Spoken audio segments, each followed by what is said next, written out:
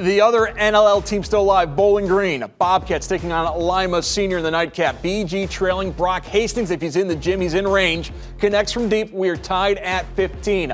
Late in the second quarter, Bobcats go on a run. Jabari Conway in the corner. Triple try is good. BG leading 27-18.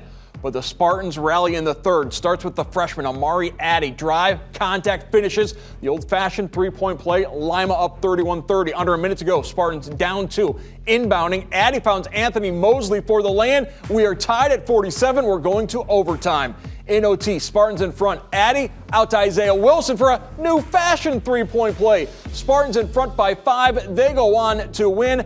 Addy came in averaging 5 points a game, 17 in the victory for the Spartans.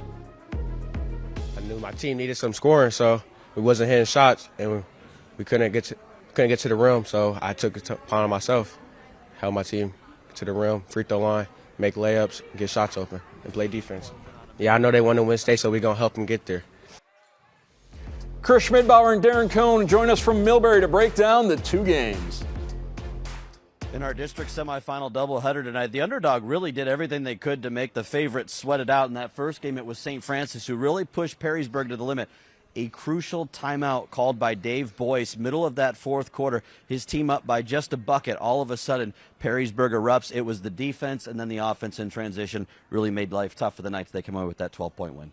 Yeah, no doubt, Chris. I mean, St. Francis was playing their best basketball here at the end of February, and they came into this game expecting to win. They played extremely well, tough, physically, and they got contributions across the board. There was that moment, as you spoke of, where Perrysburg came out of the timeout with a lot more enthusiasm and vigor after some motivational talk from Coach Dave Buoys. The defensive intensity picked up, and that led to some easy baskets and transition, and Perrysburg was able to pull away and win in advance to move on to Friday night.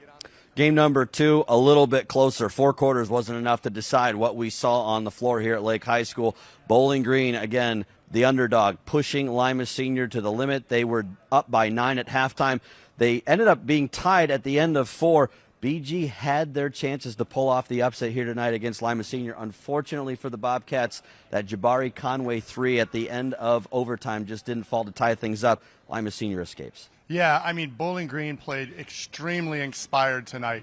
They played some really, really good basketball, and it took a freshman, Amari, to be able to ignite and speed up the tempo for Lima Senior, which fueled a big comeback by the Spartans, able to tie that game, send it into extra innings. And Bowling Green, as you alluded to, they had a couple shots around the rim that didn't go in. They had a late 3 that came up a little bit short, and Lima Senior was able to survive and advance. Should be a fun one coming up on Friday. Perrysburg, Lima Senior advance on to the district final. Back to you guys in the studio.